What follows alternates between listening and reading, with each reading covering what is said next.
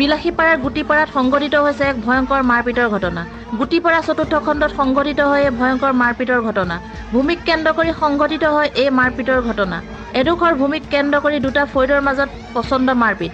আটানী ৰাজহ চক্ৰ কাৰ্যালয়স্থিত মণ্ডল এজনৰ ভুল নীতি আৰু লেহেমীয়া কামৰ বাবে এনেধৰণৰ ঘটনা হোৱা বুলি অভিযোগ উত্থাপন কৰে সচেতন মহলে।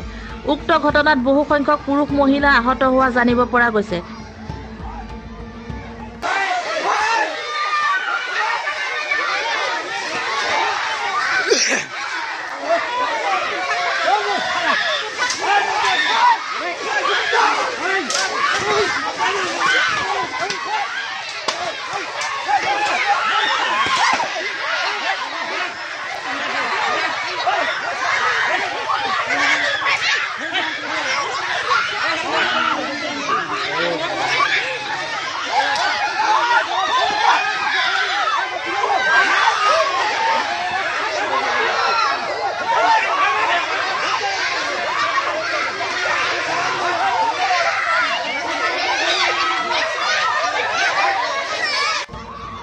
বিলাসীপাৰাৰ পৰা শ্বৰীফ আহমেদৰ ৰিপৰ্ট E24 লাইভ ব্ৰেকিং।